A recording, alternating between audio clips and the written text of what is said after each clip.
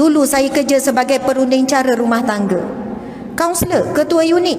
Bertahun-tahun saya menghadapi dan menguruskan hubungan suami isteri, dan masalah antara punca terbesar masalah hubungan suami isteri, konflik suami isteri dalam sebuah rumah tangga berkaitan dengan hubungan seksual. Minta maaf saya sebutkan perkataan ini di rumah Allah yang suci ini. Namun para ulama silam yang terdahulu menuliskan banyak kitab berkenaan perkara yang melibatkan hubungan suami isteri. Pernah satu ketika seorang sahabat Nabi bertanya kepada Rasulullah. Sahabat Nabi ini sangat miskin, al-fuqara wal masakin, sangat susah, sehingga kan tidak ada sedikit pun harta di rumahnya untuk melakukan sedekah. Lalu dia bertanya, buku ni akan digunakan selepas ni. Lalu dia bertanya, ya Rasulullah, untungnya orang-orang kaya, aku solat, mereka juga solat. Aku bersedekah, mereka juga bersedekah ya Rasulullah. Saya puasa, mereka juga berpuasa. Saya zikir, mereka juga berzikir. Saya baca Quran, mereka juga baca Quran. Tetapi ya Rasulullah, untung orang kaya, mereka banyak boleh bersedekah, macam Saidina Umar, macam Saidina Abu Bakar, macam Saidina Uthman. Semua tu kaya-kaya belaka, peniaga, banyak harta, banyak sedekah. Subhanallah. Kemudian, tetapi ya Rasulullah, saya tak mampu bersedekah kerana tidak ada apa untuk sedekah. Lalu Nabi bersabda, bagi kamu yang tak ada harta ni, subhanallah, alhamdulillah, Allahu akbar, pahala sedekah buatmu. Dan kamu menjima isterimu, maksudnya melakukan hubungan suami isteri dengan isterimu, diberikan pahala sedekah. Ini disebut dalam kitab 50 wasiat Rasulullah kepada para wanita, dalam banyak kitab. Ini hadis yang masyhur.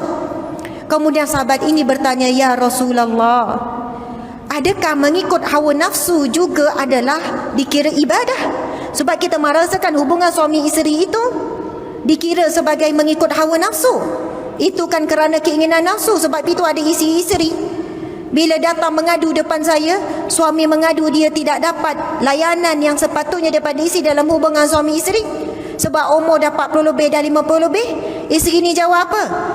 Abang, kubur dah nak panggil dah, istighfar lah banyak-banyak, jangan duk ikut hawa nafsu tu. Dia nasihat suami dia. Saya terus kata, puan, ini kewajipan dan tanggungjawab nombor 1. Islam bukan nak besarkan sikit-sikit nafsu hubungan suami isteri, tetapi kerana khidmat tersebut memberikan ketenangan kepada jiwa lelaki dalam ibadahnya, dalam hariannya. Kerana memang Allah sebut di dalam Al-Quran, zuyina linnas, antaranya yang pertama, hubbus syahawat linnisa, kepada wanita. Itu ujian dan cabaran yang pertama, tertarik kepada wanita.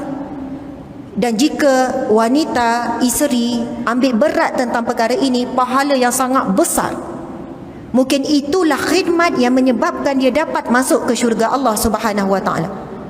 Nabi pun menjawab bila ditanya, Rasul, adakah mengikut hawa nafsu itu dikira sebagai ibadah? Lalu Nabi bertanya dia semula, apa pendapatmu jika disalurkan keinginan itu kepada zina? Lalu dia menjawab, maka ia haram dan berdosa. Maka apabila disalurkan kepada yang suci dan halal, maka ia dikira sebagai ibadah. Allahu Akbar. Jadi suami pun ajak ibadah ya malam ni, ibadah. Isteri pula malam tu bangun je terus pakai kain telekung, duk faham ibadah tu. Jadi kena jelaslah juga komunikasi tu. Muslimin muslimat, saya ada banyak kisah benar. Pakcik umur 50 lebih, 60 lebih, 70 contoh ya. Ustazah, gorang bona kat orang sebelah ni ni cakap Nogori ya. Saya orang Terengganu tapi duduk Nogori. Jadi masa jadi pendidikan rumah tangga ni, memang orang Nogori 9 ni datang orang Kedah, takkan nak pergi ikut jauh kan. Jadi tu yang pandai cakap Nogori tu. Pakcik-pakcik datang kan, isteri ni duk nangis, makcik ni umur dah 50 lebih ni, dah pencen dua-dua ni kan. Kenapa pakcik nangis? Entahlah orang sebelah ni